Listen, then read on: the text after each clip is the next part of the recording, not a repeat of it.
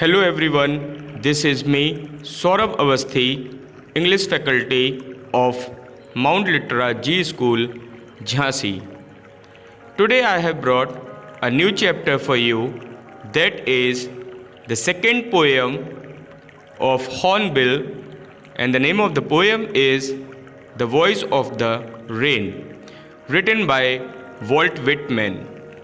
So let's begin with the introduction of the author right now, where the author, popularly known as the Voice of America, Walt Whitman, 1819 to 1892, is a renowned American poet.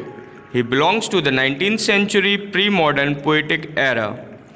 He preferred to write in a free-flowing verse which truly reflected his spirit of liberty. He became famous with the publication of his long poem Leaves of Grass in 1855. His poetry is marked by democratic ideals, thought and mysticism.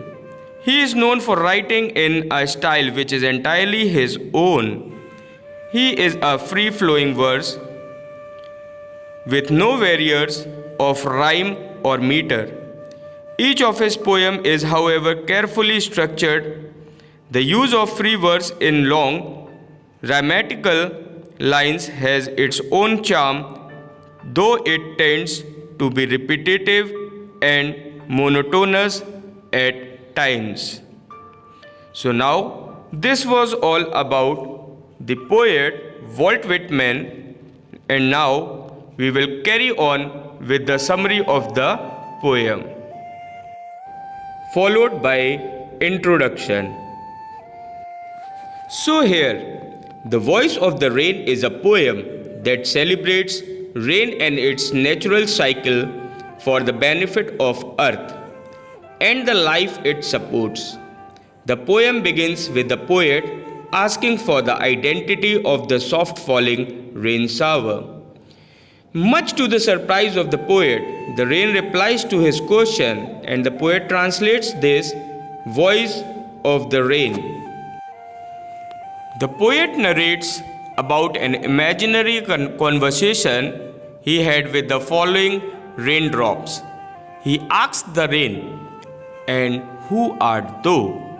And strangely, the rain answers, calling itself the poem of earth. The rain says that it is born in the form of intangible vapors that rise eternally from the earth's land and deep water bodies. It then reaches upwards towards heaven in the form of clouds, indefinable, vaguely formed and altogether changed. Yet, at its core, it remains the same as it was at birth. It then returns to its origin, the earth, as raindrops to wash away the dust and rejuvenate the drought-ridden areas. Finally, the poet draws similarities between rain and music, observing that the life cycle of rain and song are alike. The song issues from the heart of the poet and travels to reach others. It wanders, and whether heard and enjoyed or not, eventually returns to its creator with all due love. Similarly, rain originates from the earth, and after fulfilling its role of spreading beauty and purity, returns to its origin. Both are continuous in nature. Moreover, the sound of the soft falling rain is in itself a kind of music. So, this was the summary, and now we will continue with the stanza-wise explanation now. "And who art thou?" said I to the soft falling shower, which is strange to tell, gave me an answer, as here translated. "I am the poem of earth," said the voice of the rain. So this was first stanza, and now the explanation is, so here poet means to say that I asked the soft falling shower who it was, and strangely it gave me a prompt reply which when translated is as follows. The rain said, I am the poem of earth. And now second stanza. Eternal I rise, impalpable out of the land and the bottomless sea, upward to heaven, whence vaguely formed, altogether changed and yet the same. I descend to leave the droughts at midst dust layers of the globe. Here, poet wants to say that the rain said that I continuously keep on rising from the land and the unfathomable sea into the sky, where I change to a different form altogether, though I basically remain the same. I fall down from the sky, above washing tiny particles of dust and quelling droughts, stirring life into the dormant seeds. So, like this, that means rain is saying that I continuously work without stopping. And now, the next stanza says that, and all that in them without me were seeds only, latent unborn, and forever by day and night I give back life to my own origin and make pure and beautify it. So here the poem says that rain used to give life to the droughts, dormant seeds, and then again it renew itself, purifying and beautifying itself in a never-ending circle, day and night. So after this, the poet wants to say that in the last stanza we can read here, for song issuing from its birthplace after fulfillment wandering, wrecked on unwrecked, duly with love returns. Here actually poet have compared the poem of the writers as well as the rain all together. So here the explanation says, a song heard or unheard coming from the heart of the singer, reverberating all over returns to its place of origin, just like me. Here me refers to the poet, and also it refers to the rain which is continuously working for the fulfillment of the earth, of the nature, and here it gives life to each and everyone.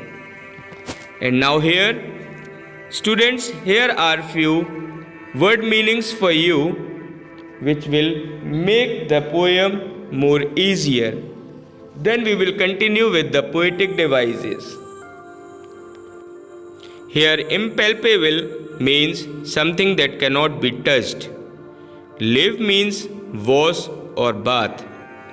Atoms means tiny particles, and latent means something which is hidden.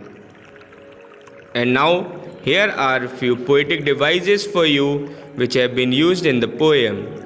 The first one is personification, because rain is personified in the whole poem. The rain talks to the poet like a human. Example, I am the poem of earth. Next example, I descend to leave the droughts. Third example, I give back life to my own origin. Everywhere I has been used over here. It signifies that rain has been personified with a human being in the poem. The next poetic device is metaphor. The poet uses a lot of metaphors in the poem. Example, I am the poem of earth. Second example, the voice of the rain, etc. Now, the third poetic device is alliteration. Alliteration means, students, the repetition of same sounding words. Like, said I to the soft falling shower. So here in the same line, 3 times the word S has been used. Now the next example, veins vaguely formed, etc. So here you can see that means in this line that same sounding words have been used in the line altogether. So that's why it is an example of alliteration. Now coming to the question answers of this poem. The first question is, the poem begins in a conversational tone. The two voices in the poem are the voice of the poet and the voice of the rain. Which lines indicate this? So here the answer is, the lines that indicate the voice of the poet are, and who art thou, said I to the soft falling shower. And the lines that indicate the voice of the rain are, I am the poem of the earth, said by the rain over here. So this was the first question. Now the second one says, what does the phrase strange to tell mean? The phrase strange to tell means that it is quite strange for the poet to believe and express in words that the soft falling rain replied to his question. At the beginning of the poem, the poet inquires the rain about its identity, to which the rain replies that it is the poem of earth. So this was second question. Now the third one. Why are the last 2 lines put within brackets? The last 2 lines of the poem have been put within brackets as they do not form the part of the conversation between the poet and the rain. They indicate the reflections, observations, and thoughts of the poet. He makes observations about the life course of a song and draws similarities between the life cycle of a song and the rain. So here, these were the questions for you, for your practice. Now, I hope you must have understood the whole poem along with its introduction, summary and stanza-wise explanation. So this was all for today. Thank you so much, and we will meet again with the new chapter with new video. Okay, thank you so much.